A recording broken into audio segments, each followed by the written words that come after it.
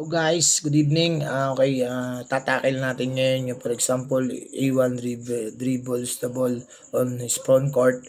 Then natap siya ni B1, remaining shot clock is 8.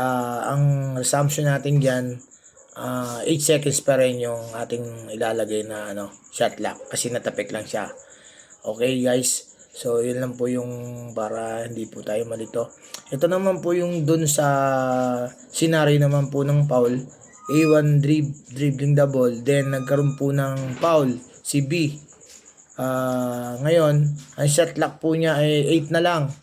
So, kapag gaganyan po ang nangyari after reporting the foul ng ating referee, ang ating shot clock ay ma-reset po sa 14. Nearest infraction po tayo, dun po ang throw-in. Bola pa rin po ng Team A. Okay guys, I hope dun sa simpleng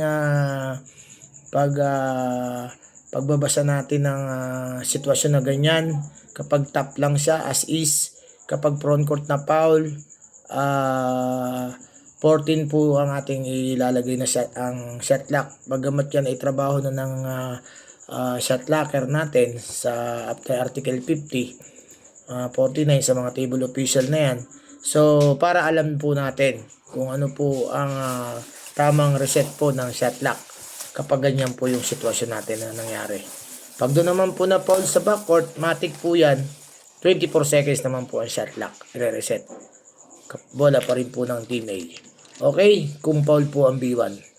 Okay guys, maraming salamat po. I hope sa simpleng scenario na ganyan, malalaman po ninyo yung tamang tawagan po kung paano po talaga yung pagre-reset ng shot clock. Thank you very much guys and God bless all. Bye bye.